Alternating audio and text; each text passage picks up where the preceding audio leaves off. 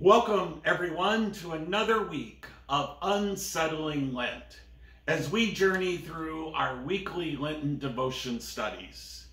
I know that as you, I have found these devotions to be not only challenging, but downright difficult. I know that old Christian adage rings true this week. Whoever said Christianity is supposed to be easy?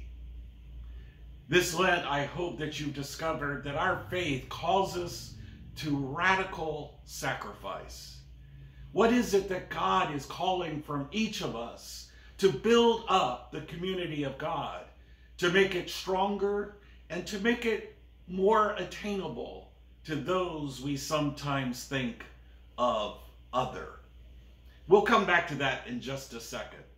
If you missed yesterday's worship, you missed a wonderful hour of singing, of praying, of praising, and a message from our pastor that was inspiring to be courageous, like Mordecai was with Queen Esther. We also received the news that our director of music, worship, and arts will be resigning on Easter Sunday after our incredible Resurrection Sunday.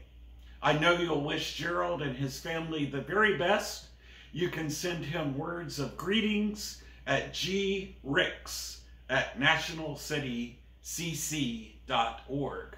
But we'll have time in the next few weeks to share our goodbyes and join together in Easter brunch after our worship service.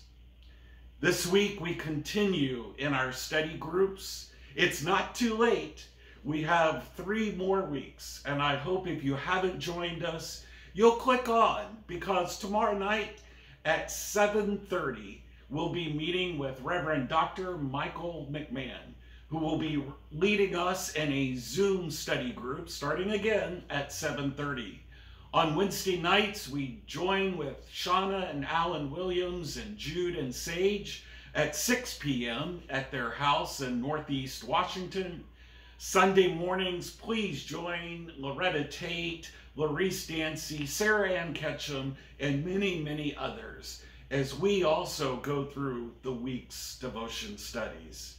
And finally, on Sunday evenings at 5 p.m., with Grace and Teresa Swihart at their home in Arlington at 5 p.m. with a light supper. There is a place for everyone this Lent, and I hope you'll join us. But let's go back to that other for just a minute. This week we will be looking at how we sometimes judge people as other, or maybe not quite fitting in to what we expect them to do. I think you'll be surprised at what the Gospels and what our scriptures have to say about treating each other with kindness, compassion, and yes, equality. The Good Samaritan not only teaches us how to be great neighbors to one another, it teaches us to look beyond what we deem as not socially acceptable. Maybe those from the other side of the tracks.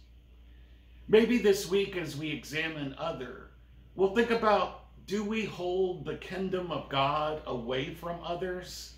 Kind of dangling it like a carrot, that maybe you have to do X, Y, and Z before God's grace is available.